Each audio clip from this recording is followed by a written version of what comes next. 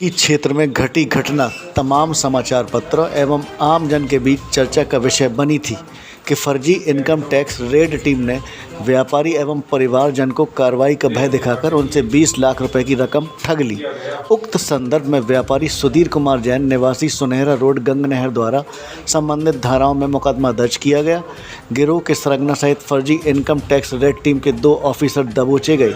Film special 26 की तर्ज पर गिरोह ने वारदात को अंजाम दिया था। सर क्या कहना चाहेंगे जिस तरह से स्पेशल 26 बन के टीम रुड़की में आई थी, उन्होंने इस तरह की ठगी करी है? 8 तारीख को एक मुकदमा दर्ज कराया गया था। लोकल व्यापारी हैं जैन साहब, उनके द्वारा बताया गया कि उनके यहाँ 7 लोग करीब आए थे, 6-7 लोग, और जो इनकम टैक्स अधिकारी बनकर उनके 20 लाख रुपए कैश जो है लेके गए हैं।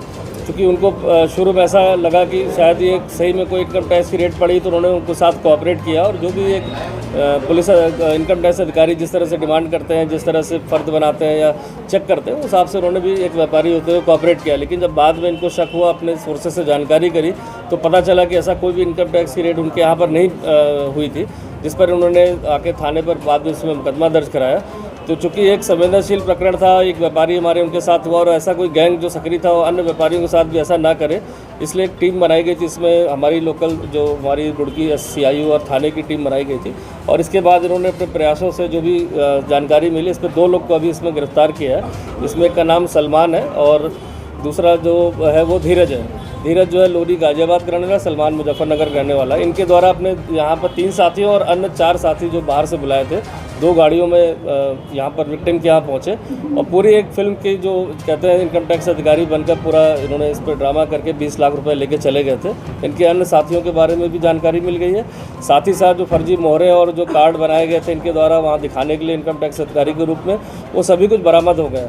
अभी पूछताछ की जा रही है कि कहीं और जगह ऐसे गैंग की सक्रियता न रही हो और किसी व्यापारी को ना ठगा गया हो। इस संबंध में भी पूछताछ की गई है। सर, बिल्कुल अलग तरह का मामला है, पुलिस कैसे पहुंची इन अपराधियों पर? देखिए, 2 चीज़ें हैं कि थोड़ा डिलेड FIR थी तो थोड़ी दिक्कत आई थी, अगर तुरंत कोई सूचना नहीं आ पाई थी। लेकिन बाद में जो हमारे अड़ोस पड़ोस के लोगों से कुछ जानकारी, उनको भी संदिग्धता महसूस हुई थी, उनसे कुछ जानकारी हमें मिली थी।